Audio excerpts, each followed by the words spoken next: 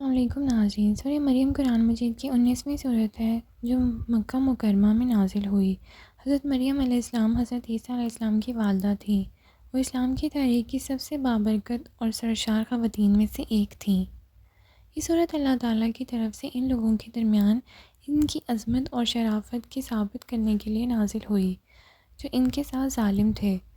اس صورت میں موت کے بعد کی زندگی، انسانیت کے ساتھ حسن و سلوک کے انعامات اور بعض اہم انبیاء کے طرز زندگی کی وضاحت بھی کی گئی ہے۔ سورہ مریم کے نزول کے پیچھے وجوہات قرآن مجید کی ہر صورت کی ایک کہانی ہے جو اس کے نزول کی وجہ ہے۔ اللہ تعالیٰ نے مسلمانوں کی بعض خدشات کو دور کرنے کے لیے سورہ مریم نازل کی۔ کچھ اہم وجوہات ہم اس ویڈیو میں بیان کریں گے۔ اگر آپ جاننا چاہتے ہیں کہ مریم کون تھی تو اس سے پچھلی والی ویڈیو کو ضرور واچ کریں۔ اللہ پاک ہمارا خیال رکھتا ہے۔ حضرت مریم علیہ السلام نے اپنی زندگی اللہ کی عبادت کے لیے وقف کرنے کا فیصلہ کیا۔ وہ اپنا وقت نماز اور دوسروں کی مدد میں گزارنا پسند کرتی تھیں۔ اللہ تعالیٰ نے حضرت جبرائیل علیہ السلام کو ان کے عمل کی خبر سنانے کے لیے بھیجا۔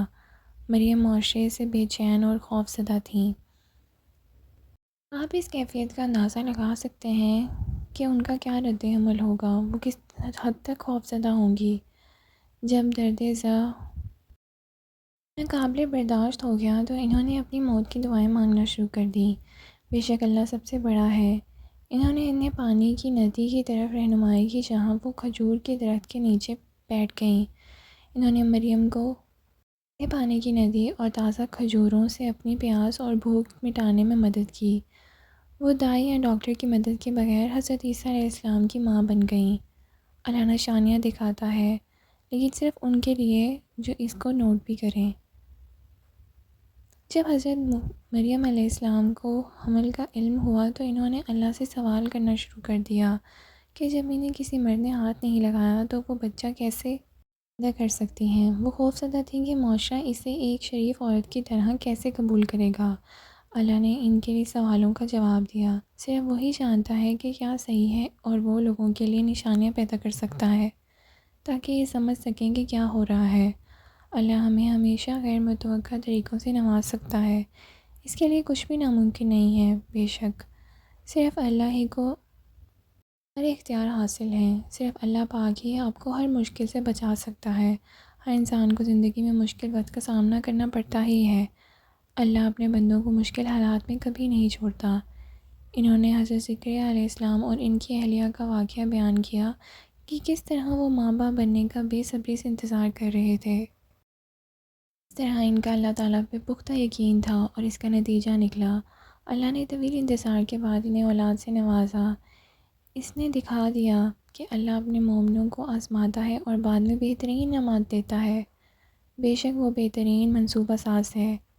اللہ سب سے بڑا ہے۔ سورہ مریم میں اللہ تعالیٰ نے جنت میں انسانوں کے لیے منتظر نعمتوں کا اعلان کیا ہے۔ اس نے غیب بندوں سے ہر وقت جنت کا وعدہ کیا ہے۔ اللہ تعالیٰ نے نبی کریم صلی اللہ علیہ وآلہ وسلم کو مسلمانوں کو ان انعامات کے بارے میں بتانے کی ہدایت کی جو ان کے منتظر ہیں۔ تمام نعمتوں اللہ پر ایمان اور یقین رکھنے کے نتیجے میں ملیں گی۔ عورتیں مقدس مخلوق ہیں۔ اللہ تعالیٰ نے حضرت مریم علیہ السلام کو اس عظیم الشان تشخیص کے لیے چنا ہے۔ اس سے ظاہر ہوتا ہے کہ عورتیں اللہ کی روحانی مخلوق ہیں۔ ان کو ان کی ظاہری شکل کی بنیاد پر پرکھا نہیں جانا چاہیے۔ انہیں اللہ کا پیغام پہنچانے کے لیے منتخب کیا گیا تھا۔ سورہ مریم کے فوائد اور فضائل۔ سورہ مریم کی تلاوت کرنے کے بہت سے فوائد ہیں۔ اگرچہ ان کی تصدیق کے لیے کوئی مستند ذریعہ نہیں ہے لیکن پھر بھی تلاوت میں کوئی حرج نہیں۔ ان میں سے کچھ ہم اس ویڈیو میں بیان کریں گے۔ سورہ مریم کو کاغذ کے ٹکڑے پر لکھ کر گھر میں رکھو۔ اس لیے کہا جاتا ہے کہ اس سے دولت اور خوشی ملتی ہے اور چوروں سے گھر کی حفاظت ہوتی ہے۔ والدین بننے کی خواہش رکھنے والے جوڑے سورہ مریم کی تلاوت باقاعدگی سے کریں۔ اللہ تعالیٰ نے چاہا تو ان میں برکت ہوگی۔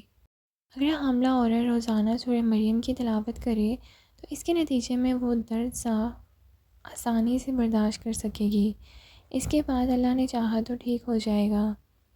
کینسر سے نجات پاس مسلم علماء کا خیال ہے کہ سورہ مریم کینسر کے مریضوں کے لیے فائدہ مند ثابت ہو سکتی ہے۔ سورہ مریم 41 دن تک باقاعدگی سے پڑھیں۔ 11 مرتبہ درود ابراہیمی پڑھ کر شروع کریں۔ اب ایک بار سورہ مریم کی تلاوت کریں۔ 11 مرتبہ درود پاک پڑھیں۔ اس کے نتیجے میں انشاءاللہ مریضوں کو راحت ملے گی۔ ناظرین، سورہ مریم کی تلاوت برکات سے بھری ہوئی ہے۔ اس کے نتیجے میں فوائد حاصل کرنے کے لیے روزانہ قرآن کی تلاوت کرنا بہت ضروری ہے۔ دنیا اور موت کے بعد کی زندگی میں انعامات حاصل کرنے کے لیے اللہ کو راضی کرنا ضروری ہے۔ اللہ پاک ہم سب کو اس کی توفیق عطا فرمائے، آمین۔